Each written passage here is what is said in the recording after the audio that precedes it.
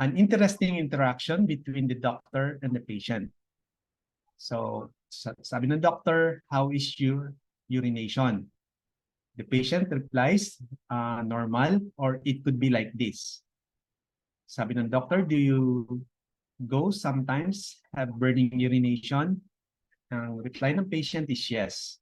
We can do nothing with this information. Who is the judge about what is normal? Do we not sometimes have burning sensation, burning urination? It could be because we did not drink much that day. It would have been better to ask the patient, how many times in a day do you pass urine? How many times in the night? What is the usual quantity you pass? What is the usual color? Do you have any problems with your urination? If the urination is frequent, it is important to know if the frequency is related to nervousness. In the case of young, or more often at night, yin, or all the time. If the urination is infrequent, when the color should tell us if it is concentrated or turbid. And we should check to see if the patient is generally very dry or if he or she has edema or sign of water retention.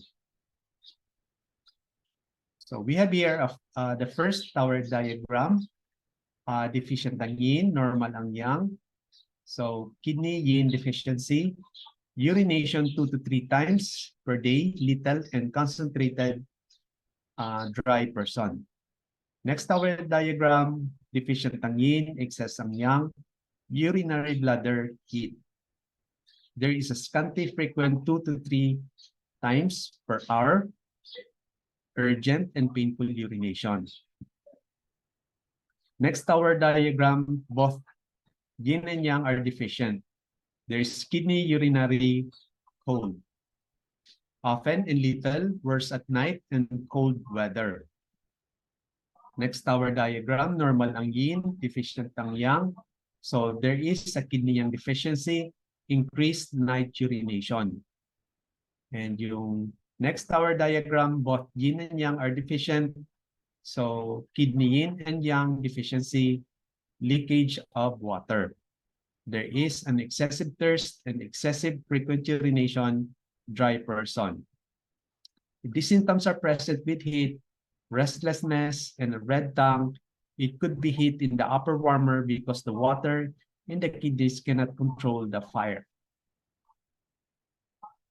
So treatment, kidney yin deficiency, we use kidney 10, water point or house element point, or kidney 7, tonification, the mother point. REN 3, UB40, spleen 6, if urination is concentrated or burning, which is the point urinary bladder, grandmother point urinary bladder. Drink more water and eat salty food. Pag merong heat in the urinary bladder, we use REN 3, which is the point urinary bladder, cools and calms point.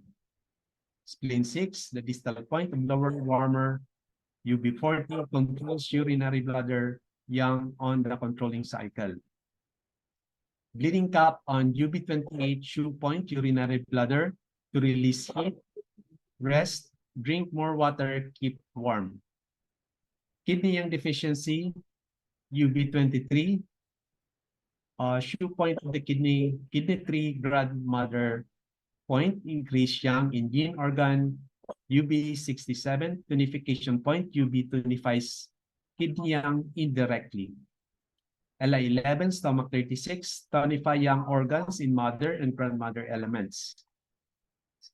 Next, kidney yin and yang deficiency, we use GB25, UB23, the mu and shoe points. Kidney 7 and UB67, tonification point. Spleen 6, distal point. Lung 9 and LI11 to tonify the mother if necessary. Urinary bladder yin and yang deficiency. We use REN 3 and UB28, mu and shoe points. Kidney 7 and UB67, tonification points. Spleen 6, lung 9, and LI11.